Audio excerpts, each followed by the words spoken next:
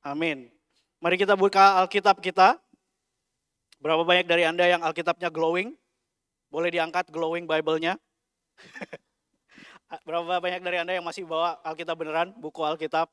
Yes. Satu doang. Yang lain sisanya glowing. Oh yes. Ada tim Alkitab beneran. Anyway, nggak apa-apa saudara. Baik Anda baca Alkitab yang glowing ataupun yang beneran, tidak ada sectionnya nanti di kerajaan surga ya. Sama aja. Mari kita buka Bilangan pasal 13 ayat 25 sampai 33. Kita masih berbicara tentang arise. Seperti yang saya sudah bilang minggu lalu, arise and walk in faith.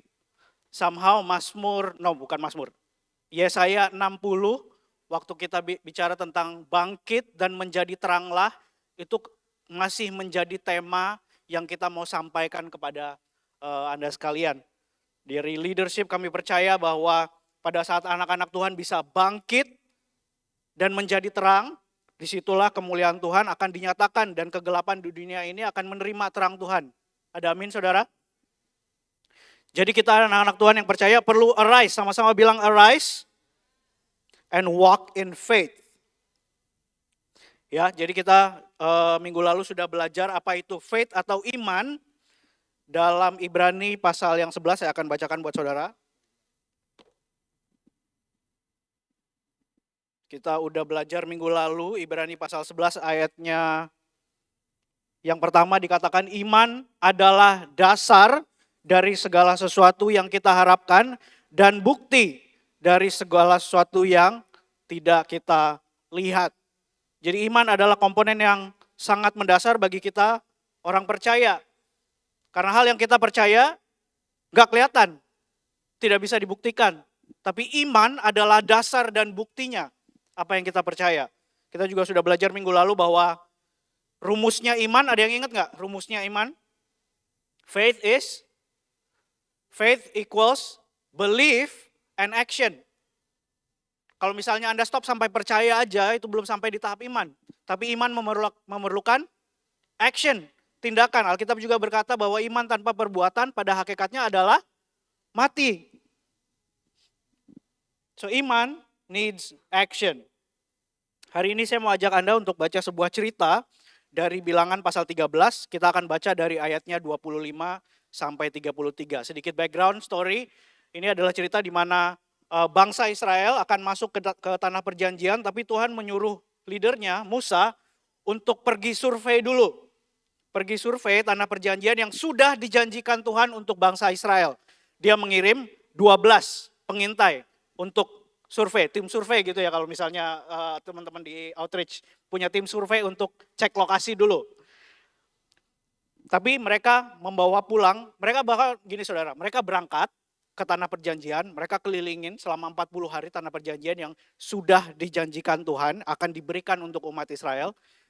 Kemudian mereka melihat bahwa tanahnya emang bagus, subur, dan layak untuk ditinggalin. Bahkan mereka membawa bukti. Kita akan baca sama-sama ya. Ayat 25, Bilangan 13 ayat 25, dikatakan sesudah lewat 40 hari pulanglah mereka dari pengintaian negeri itu. Dan langsung datang kepada Musa, Harun, dan segenap umat Israel di Kadesh, di padang gurun Paran.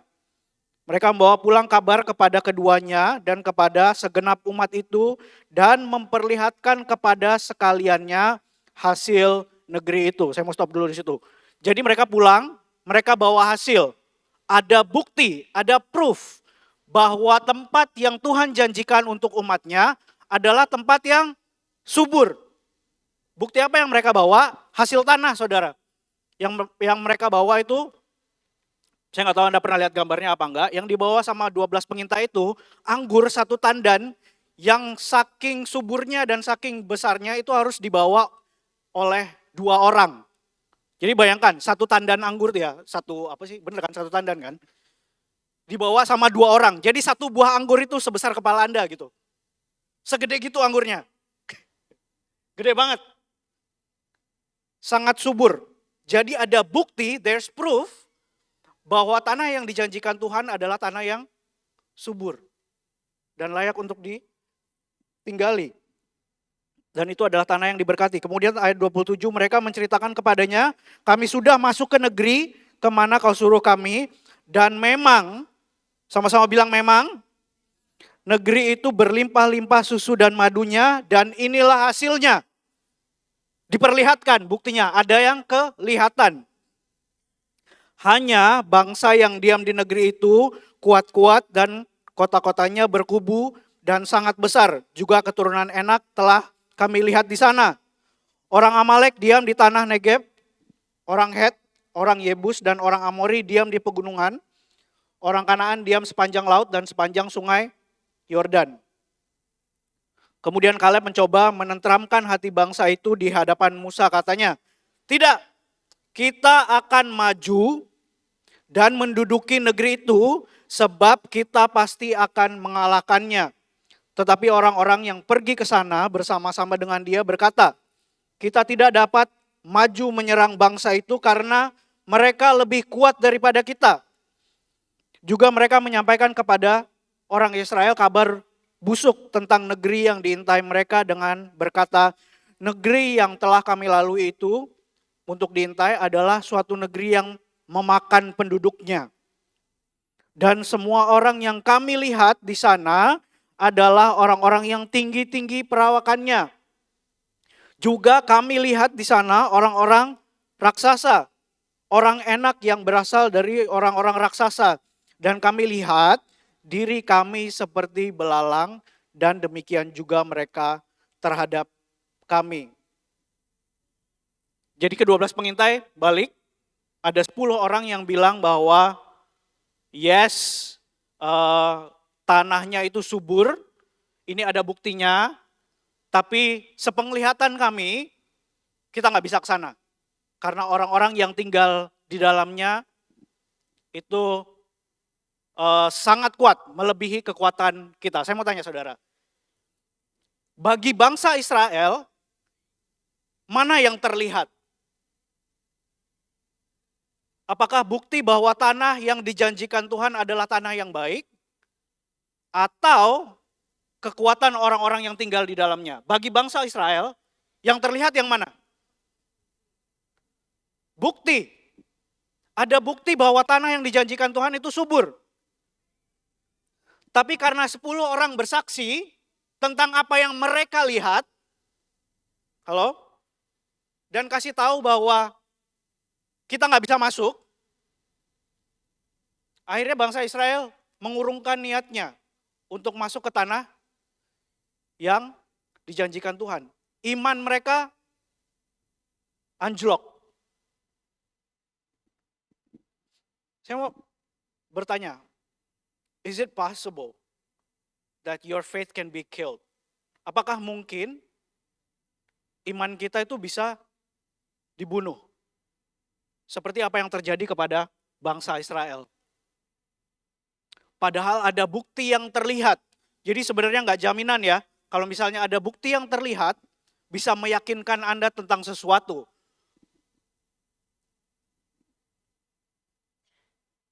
Ada 12 orang yang berangkat, 10 orang kehilangan imannya pada saat mereka melihat apa yang terjadi di sana. Tapi hanya 2 orang yang stay kepada iman mereka kepada Tuhan. Bahwa tanah itu dijanjikan Tuhan sudah diberikan. Apa yang terjadi saudara? Kenapa? Kenapa bangsa Israel jadi terpengaruh? Mungkin ini Anda pernah alami juga. Kenapa iman saya bisa rontok di tengah jalan gitu? Sebelumnya saya mengimani sesuatu tentang Tuhan, bagaimana Tuhan kuat, bagaimana He is more than able. Tapi di tengah jalan tiba-tiba saya ragu. Saya mau ajak Anda untuk membaca Roma 10 ayat 17. Roma 10 ayat 17, firman Tuhan berkata begini. Jadi iman timbul dari pendengaran. Dan pendengaran oleh firman Kristus. Jadi iman timbul dari pendengaran. Saya mau stop sampai situ dulu, ada koma. Iman, minggu lalu kita udah bahas ya, semua orang punya iman. Kalau misalnya Anda datang ke ibadah 2 juga Pastor Don sudah menunjukkan sebuah ilustrasi, semua orang punya iman kepada sesuatu. Iman timbul dari pendengaran. Whatever have access to your hearing, apapun yang punya akses kepada pendengaran Anda, punya akses kepada iman Anda. Ini yang terjadi sama bangsa Israel. Pada saat mereka mendengar bahwa mereka tidak bisa masuk ke tanah perjanjian, mereka mengecilkan bahkan bukti-bukti besar yang bisa mereka lihat. Karena apa yang mereka dengar. Iman timbul dari pendengaran. Faith comes from hearing. Jadi pertanyaan saya hari ini, who has your hearing? Siapa yang punya akses kepada pendengaran Anda, saudara? Apa hal-hal yang Anda dengar hari-hari ini? It will determine who do you put your faith in? Siapa yang Anda taruh iman Anda? Apakah hari-hari ini Anda lebih banyak dengar gosip? Cerita-cerita tentang keburukan orang? Cerita-cerita tentang bagaimana orang lain kehidupannya nggak sempurna? Jadi Anda taruh iman Anda bahwa nggak ada orang baik. Apakah Anda jadi meyakini bahwa, you know what, I can't trust people. Saya nggak bisa percaya orang, karena nggak ada orang baik. Cuma karena Anda dengar tentang keburukan orang lain. Anda bahkan nggak kenal siapa yang Anda dengar. Anda bahkan nggak pernah bicara sama orang yang Anda dengar keburukannya. Tapi Anda somehow yakin bahwa orang itu buruk. Atau mungkin hari-hari ini Anda lebih banyak dengar berita. Gak ada salahnya sebenarnya dengar berita. Keep up to date gitu ya. Tapi gak tahu ya, berita-berita hari ini yang kita dengar adalah banyak hal-hal yang membuat kita khawatir, ketakutan. Apakah gak heran Anda punya iman kepada worry and fear, kayak ilustrasinya Pastor Don kemarin. Anda attach iman Anda kepada worry and fear, ketakutan dan juga kekhawatiran. Atau saya nggak tahu, mungkin anak-anak muda, musik apa sih yang Anda dengerin? Oh ya, I'm coming for you. Musik apa sih yang Anda dengerin hari-hari ini? What kind of music do you hear? Dulu saya musisi, jadi saya percaya nggak apa-apa lah denger musik semua biar up to date gitu. Yes, it's okay. Tapi hati-hati dengan apa yang Anda dengar. Faith comes from hearing. Saudara, waktu saya nyiapin firman ini saya iseng aja karena ya itu saya penasaran juga apa sih yang orang-orang lagi dengerin hari ini gitu. Jadi saya masuk ke Spotify, terus saya cari yang namanya Top 50 Songs Indonesian gitu ya. Nomor 1, saya nggak akan sebutin penyanyinya, tapi judul lagunya Tak Segampang Itu. Wasik. Tak segampang itu. Boleh saya bacain liriknya, saudara? Boleh ya? Oke.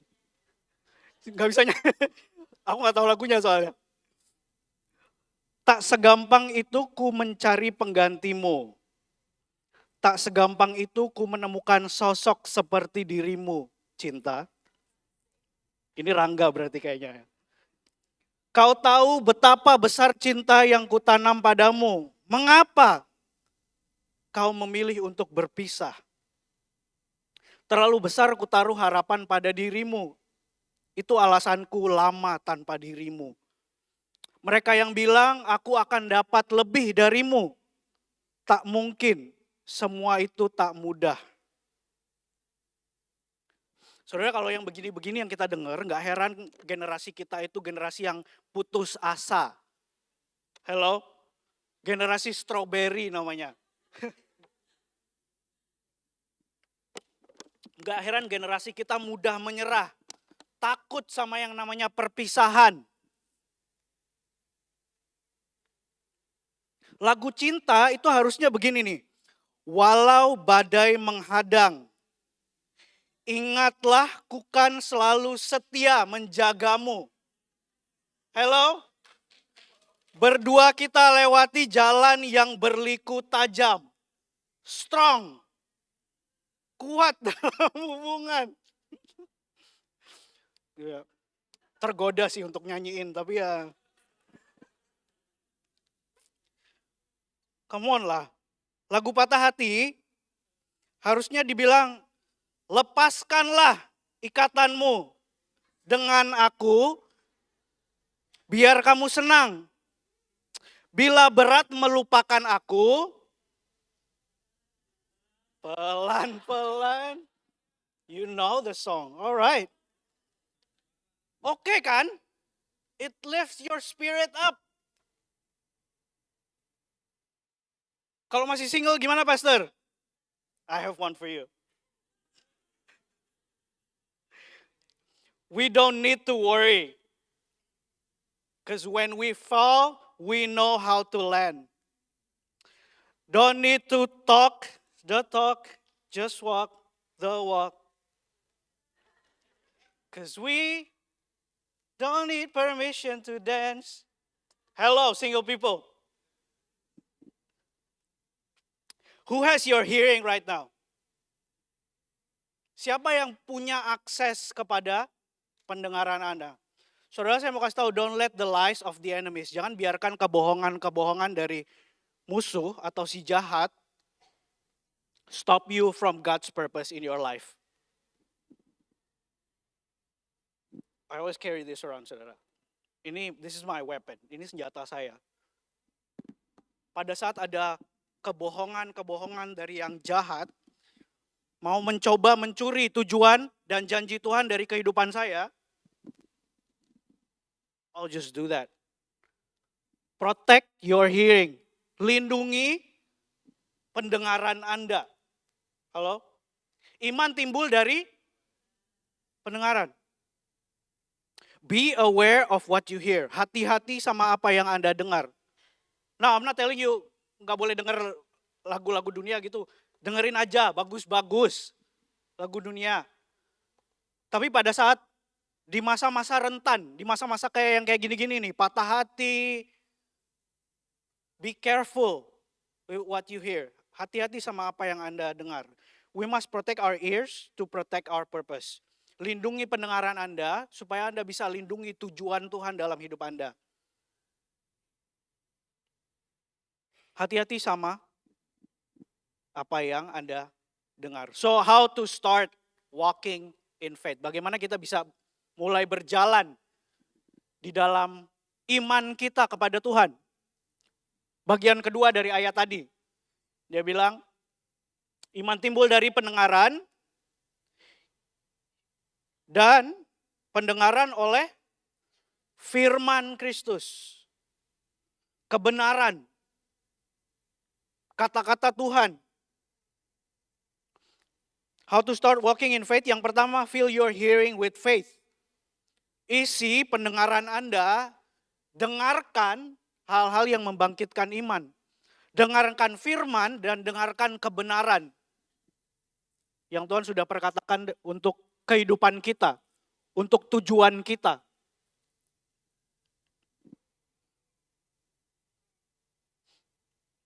Saya selalu bilang sama teman-teman di worship team, atau dimanapun itu, pada saat kita lagi ada sesi counseling atau sesi ngobrol-ngobrol gitu ya.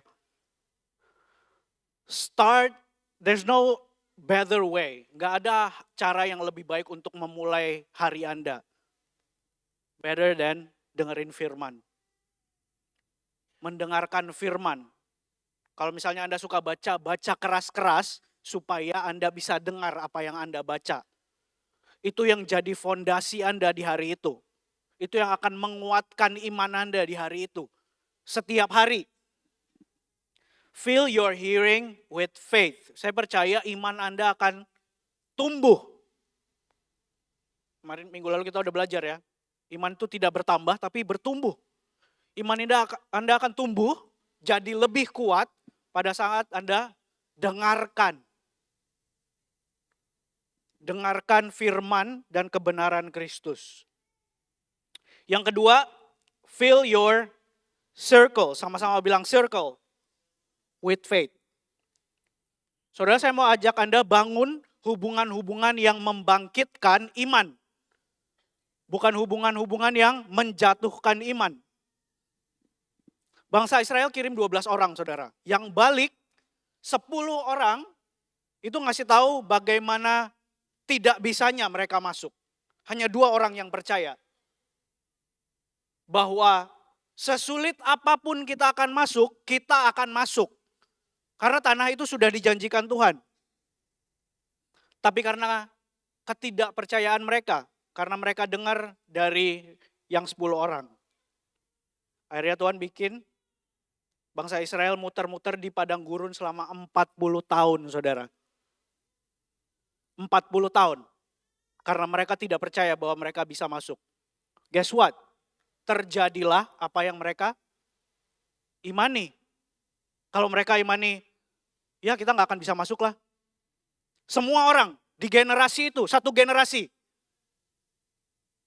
Dibikin Tuhan mati di padang gurun selama 40 tahun. Yang bisa masuk setelah 40 tahun adalah generasi di bawah mereka, anak-anak mereka. Karena anak-anak mereka nggak dengar. Hati-hati apa yang Anda percaya. Saya mau ajak Anda baca Yosua 2 ayat 1. 2 orang yang punya report baik adalah Yosua dan Kaleb. Kemudian Yosua lah yang dituntun untuk memimpin bangsa Israel ke tanah perjanjian. Nah, lo nggak bisa dapat Yosua kan? Oh, di sini aja. Yosua pasal 2 ayat 1, Yosua bin Nun dengan diam-diam melepas dari Sitim 2 orang pengintai. Katanya, pergilah, amat-amatilah negeri itu dan kota Yeriko. Maka pergilah mereka dan sampailah mereka ke rumah seorang perempuan sundal yang bernama Rahab, lalu tidur di situ. Berapa yang dikirim Yosua? 2 orang. Kenapa dia kirim 2 orang? Dia belajar dari pengalaman sebelumnya. Ngapain kirim banyak-banyak? Kalau report yang balik, menjatuhkan iman. Musa kirim 12, 10 orang punya report yang gak bagus. Hanya 2 orang yang membangkitkan iman mereka untuk bisa masuk ke tanah perjanjian. Jadi Yosua bilang, oke, gue akan kirim survei lagi, 2 orang aja.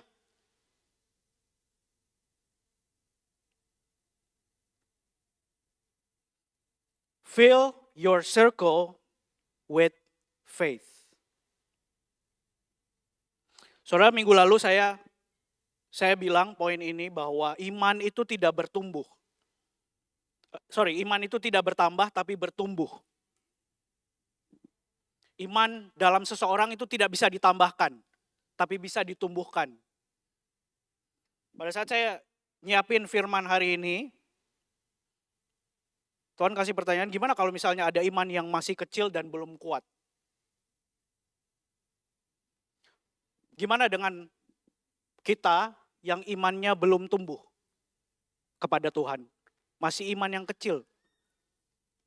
Well, kalau Yesus bilang iman sekecil biji sesawi aja, engkau bisa berkata kepada gunung ini pindahlah, maka akan pindah. Jadi jangan khawatir dengan imanmu yang kecil. Tapi saya mau kasih tahu saudara. Saya mau kasih tahu sesuatu melalui kesaksian dulu. Minggu lalu saya bersaksi tentang rumah saya, tapi hari ini saya mau bersaksi tentang rumah lagi, tapi rumah yang lain. Ada gambarnya nggak ya? Bisa ditampilin nggak gambarnya? Oke. Sebelum ini, gambar nomor 1. Oke, ada yang ingat? Tahun 2016, gereja ini meyakini bahwa kita sebagai gereja kita akan punya rumah. Rumahnya ada di lantai 4 gedung parkir Mall Bali Galleria. Waktu itu kelihatannya kayak gini. Ada yang ingat? The looks is like this. Jadi gembala kita meyakini dan mengimani bahwa Tuhan menjanjikan sebuah rumah untuk jemaat ini di gedung ini. Di salah satu ibadah, beliau bilang, kalau engkau mengimani hal yang sama, datanglah ke gedung itu, berdoa sama Tuhan. Berdoa sama Tuhan. Siapa yang mengimani silahkan datang ke gedung itu dan berdoa sama Tuhan. Entah ucap syukur, mendoakan persiapan supaya lancar, atau apapun itu. Datang aja ke gedung itu, ke lantai 4, berdoa.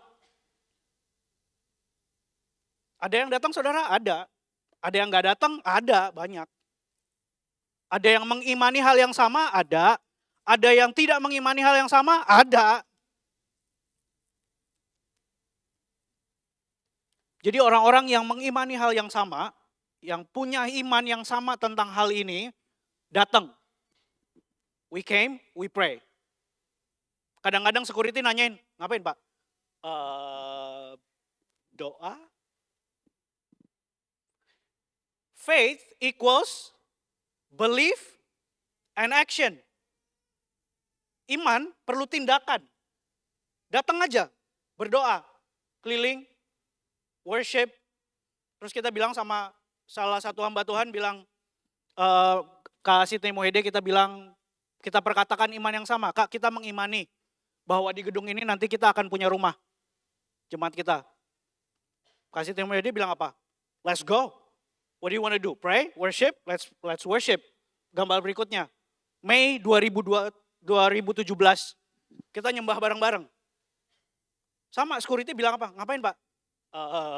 Worship? It will sounds crazy. Iman itu akan kedengaran gak masuk akal saudara. Karena gak ada buktinya. Kita nyembah sama-sama. Apakah ada di antara Anda yang ada di dalam foto ini? Angkat tangan kalau misalnya Anda di foto di belakang ya.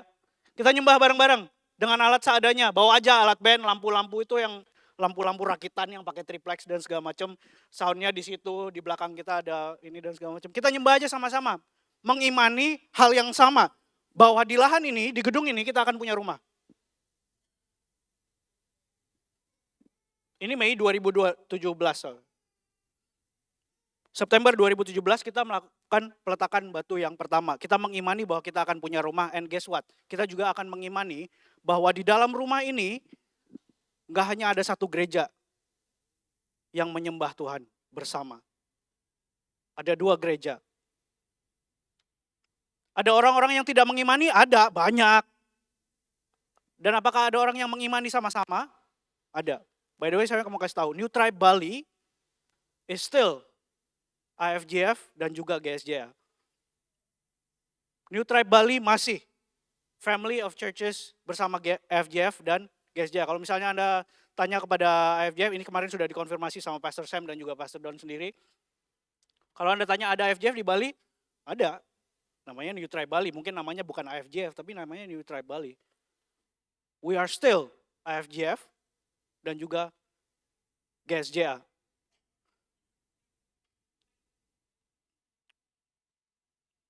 Saudara, Mei 2023 kita punya, April 2023 kita punya satu campaign yang namanya Finish the Task. Itu untuk bantu pendanaan pembangunan gedung. Ya, Mei 2023, bulan ini, awal bulan ini, kita sudah membayar semua pembiayaan pembangunan gedung. Boleh kasih kemuliaan buat Tuhan. Saudara, rumah kita sebagai jemaat, tempat di mana Anda duduk dan menikmati hadirat Tuhan adalah hasil dari iman. Bukan satu orang. Hasil dari iman banyak orang. Ada yang imannya kecil, ada yang imannya besar. Tapi pada saat semua orang yang punya iman, baik kecil atau besar, kumpul bersama dan sepakat. Kata sama-sama bilang sepakat. Di situ Tuhan bekerja. Worship team boleh naik? Saudara, tadi kita nyanyi satu lagu yang dia bilang gini, can you imagine? Can you imagine with all the faith in the room what the Lord can do? Bisakah Anda bayangkan dengan semua iman yang ada di ruangan ini apa yang Tuhan bisa kerjakan? Iman timbul dari pendengaran. Saya mau tambahin. Anda sudah bisa lihat bukti di mana iman bekerja. You are sitting on it right now. Rumah dari New Tribe Bali adalah hasil dari tindakan iman orang-orang yang percaya bahwa kita akan punya rumah. Boleh kasih kemuliaan bagi Tuhan. Iman tidak dapat bertambah, iman bertumbuh, tapi iman yang lemah juga bisa dikuatkan. Amin, saudara. Matius 18 ayat 20, jika dua orang daripadamu di dunia ini sepakat, sama-sama bilang sepakat, meminta apapun juga permintaan mereka itu akan dikabulkan oleh Bapakku yang di sorga. Sebab di mana ada 2 atau 3 orang berkumpul dalam namaku, di situ aku ada di tengah-tengah mereka. Can you imagine? With all of the faith in the room, what the Lord can do.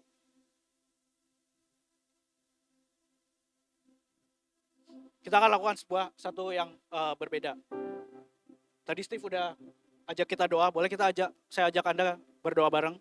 Mari kita bangkit berdiri. Saudara cari 2 atau 3 orang. Kayak tadi. Salah satu dari Anda boleh share, boleh bagikan apa yang Anda imani dalam musim kehidupan Anda hari ini. Dan saya mau Anda di dalam grup Anda, baik itu 2 atau 3 orang, 4 boleh, ya 5 juga boleh lah. Makin ramai makin meriah ya. Anda mau di dalam grup Anda, saya mau Anda di dalam grup Anda sepakat mengimani hal yang sama dengan apa yang dibagikan. Kemudian Anda perkatakan janji Tuhan, kebenaran firman Tuhan. Boleh? Boleh, silakan langsung kumpul sama grup Anda. 2 orang, 3 orang, sambil duduk boleh, sambil berdiri juga boleh. Bagikan apa yang Anda imani dalam musim ini, perkatakan supaya mereka dengar apa yang menjadi kebenaran firman Tuhan.